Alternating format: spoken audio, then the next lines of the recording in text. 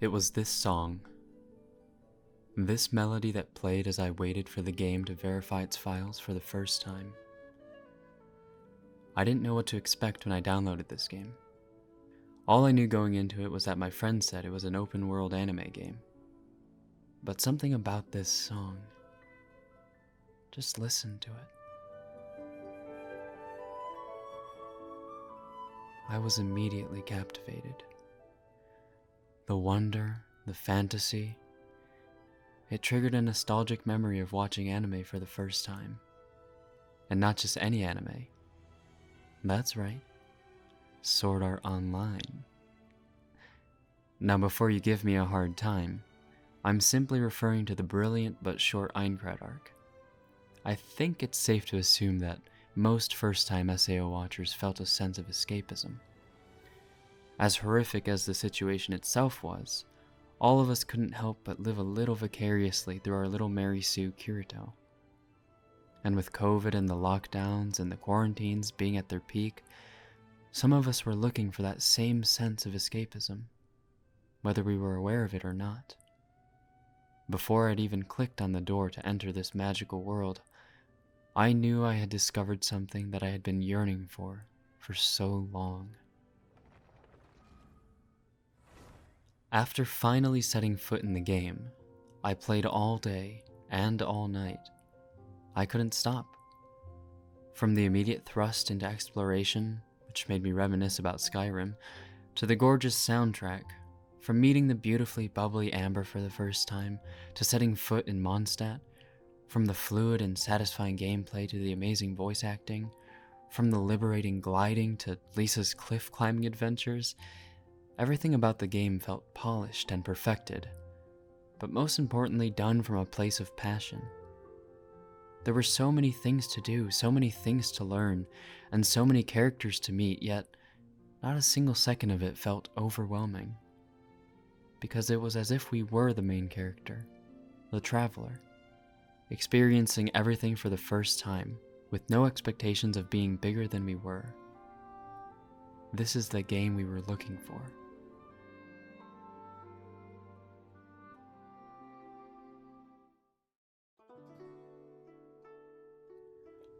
A month or two down the line, if that, the game caught fire. The community bloomed. Tier lists, content creators, artists, artist 2s, MMDs, guides, leaks, theories, memes, the Genshin era had begun. Despite its nature of being a gacha game, the lure of its actual content being equivalent to a AAA title, not to mention being available on mobile, made the game soar to being one of the most played in the world, with now a monthly player base of at least 50 million players. We were all enthralled.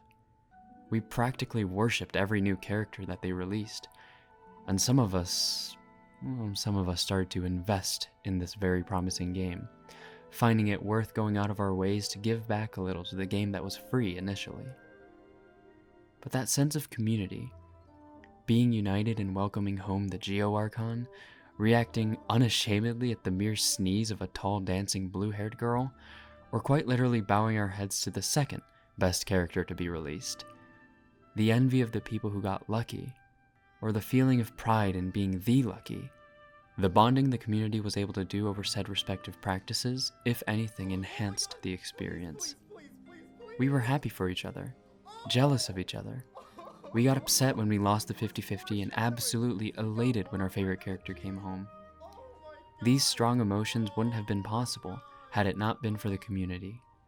And the community would not have existed had it not been for the breathtaking groundwork that Mihoyo had laid out.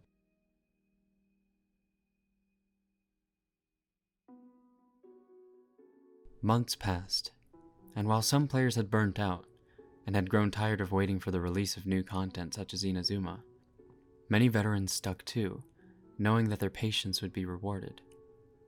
But did those veterans stick around out of loyalty, or out of determination to see that their investment of time and money would not go to waste? Was it obligation keeping them playing, instead of the initial wonder? Did they feel like at this point, they had to keep playing? Even so, it couldn't be denied that Genshin Impact still had much to offer, and that time was their only enemy. However, with the anniversary now here, it seems a new enemy's come into play. One thing needs to be very, very clear. The development team does not represent the sales business team, and vice versa. The actual people responsible for giving us the incredible game that we have now is the development team, people deserving of our utmost respect. However, the same cannot be said for we'll call them the sales team. Many longtime players know that in terms of rewards for gacha games, Genshin Impact has been a little more than stingy. And to address the elephant in the room, we are all very, very surprised, no, appalled, at the absolute lack of respect for the player base by seeing the anniversary rewards. The Mihoyo sales team's response to the undying loyalty that millions of players and thousands of content creators have shown in their first year of release is disgusting. I don't want to get into numbers too much, but Genshin Impact has made nearly $1 billion in the past year on mobile alone. And the rewards for the anniversary are a grand total of 200,000 Primo Gems and 3 iPhones, which equates to a total worth of less than $5,000, split among 2003 very lucky winners. Yes, 2003 winners out of 50 million. We are talking about odds that are less than rolling Kaya on the standard banner. Not to mention those rewards are catered towards the same content creators and artists that helped get this game off its feet in the first place, practically bribing them with crumbs for more free publicity. And as a side note, I'm not counting the daily login rewards where we get 10 intertwined fates. That's a reward that should have been given to us every patch anyway. But maybe that's being a little too greedy. I won't stop playing this game. There is still so much of the story and world I'm waiting to discover, so many more characters I'd like to obtain and get to know. But I'm scared for the community. I'm scared of the inevitable decline in interaction. I'm scared of not seeing beautiful fan art in my timeline, memes on my feed, friends bragging about their artifacts on Discord. If something doesn't change. It might be too late. Mihoyo might be spiteful and not even address the millions of outcries of rage. They might consider us greedy or entitled, but their blindness to reality is apparent. At least regarding Genshin Impact, because I know Honkai's anniversary was eons better. I don't think the game will die. I don't think Genshin Impact will stop making money. But I'm very sad to think that a few years down the line, I might be quoting everyone's favorite changinly line. Where are those that share the memory? I love Genshin Impact. I know many, many others do as well. And I'm not going to stop playing.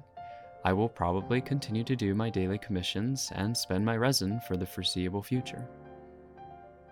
I want to say happy anniversary, but it just doesn't feel right.